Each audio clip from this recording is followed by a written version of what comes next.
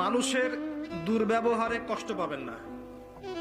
যখন কাছের মানুষরা আপনাকে কষ্ট দিবে, এবং কাছের মানুষ কষ্ট আপনাকে দিবেই, কাছের মানুষরা আপনাকে বেশি কষ্ট দিবে জীবনে, তখন আপনি কষ্ট পাবেন না যদি আল্লাহর জন্য ওদেরকে ভালোবাসেন, যে আমি তো আল্লাহর জন্য এই কাজগুলো করছি, তারা শুকরিয়া আদায় করলেই বাকি আর না করলেই বাকি, তখন আপনি কষ্ট পাবেন না।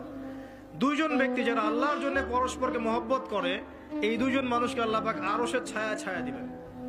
পারা যাবে ইনশাআল্লাহ।